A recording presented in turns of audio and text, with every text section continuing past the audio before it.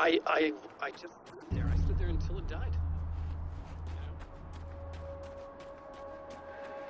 Is it bad that this time I just went, oh, he's gonna be right along to save my ass? Not as long as I show up, I guess.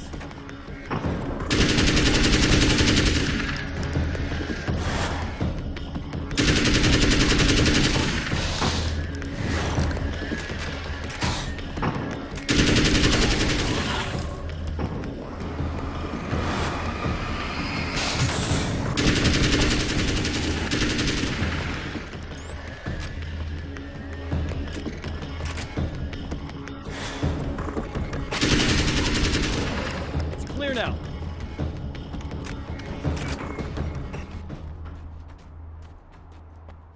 Yeah, thanks for saving me again.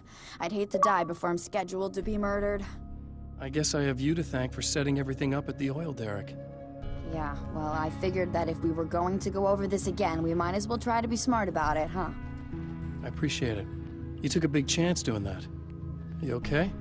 What do you think? I've died twice. I remember everything pretty clearly now. You said I was gonna be okay. I don't know what happened. Well, it's not your fault. I think one of those, what did you call them? The takers? I think they did something to the power and they got me that way. I'm sorry. But I got the keys from the dead guy in that room. And I'm not handing them over until you do something about this. I'm sick of getting killed. Fair enough.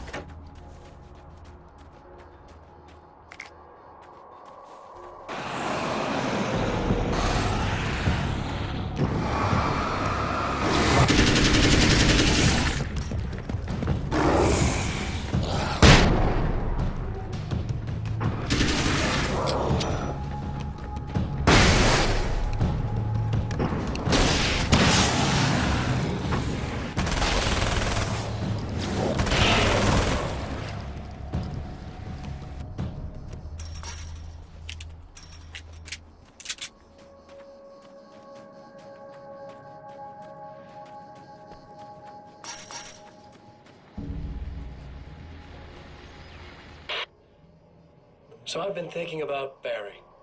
I don't know what to do about him yet. I mean, I'm not gonna keep him around, that's for sure.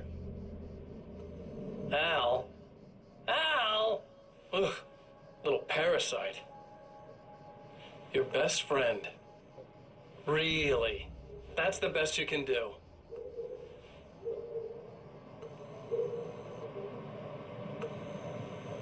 I actually kinda like the guy. He's a plucky little butterball. He plays the clown. That's a hard road to take. But I don't need him sticking his fat face in my business. Did you know he's been hanging out with the sheriff from that shitty little town? They keep in touch. Barry's about the only guy who insists that you're not dead.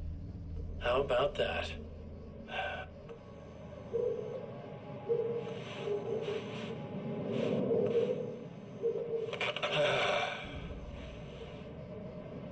I might keep him alive for a while.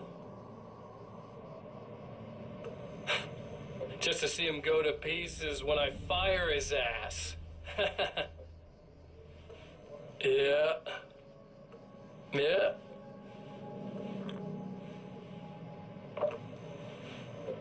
Yeah.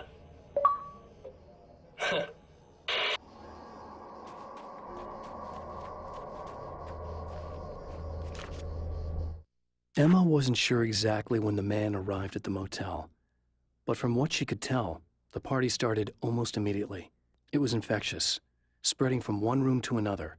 He was mercurial, almost as if he was flickering through the scene, telling a joke here, throwing an insult there, oozing sex and violence and excitement. She had never seen someone like this before. He looked at her and smiled, and she felt her heart flutter a little. She knew he was the kind of man mothers warn their daughters about, but she told herself it didn't matter.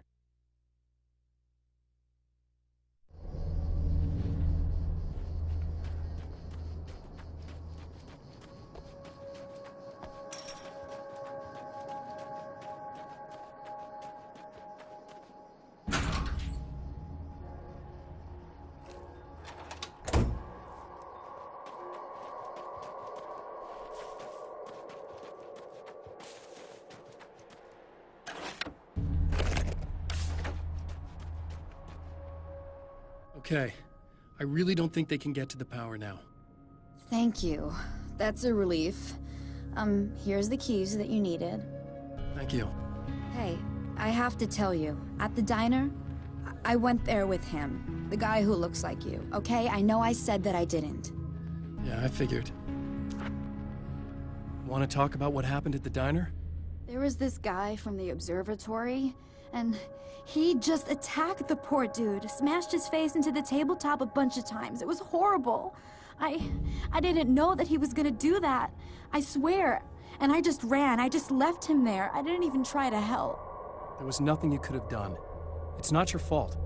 Well, he's dead in that motel room now, so excuse me if I feel pretty shitty about it anyway.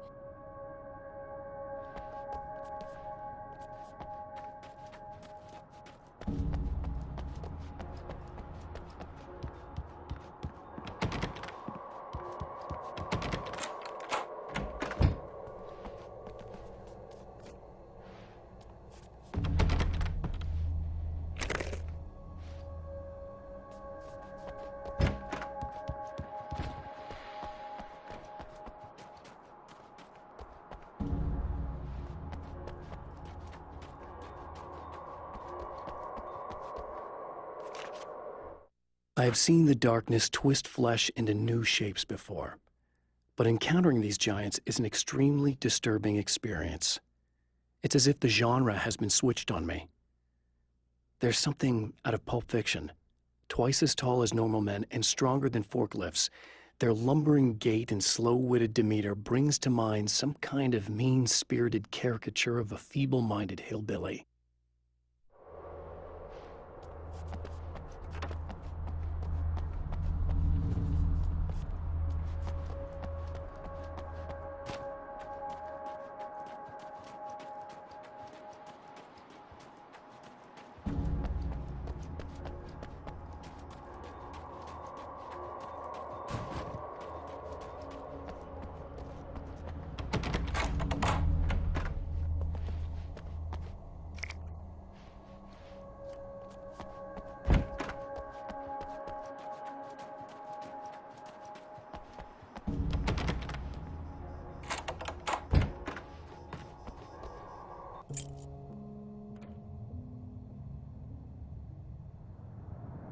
The fate of countless individuals hangs in the balance, threatened by the machinations of the Herald of Darkness. And yet, for a moment, the Champion of Light breathes a little easier. He has saved one life. For this moment, it is enough. And soon, perhaps, he can put an end to this.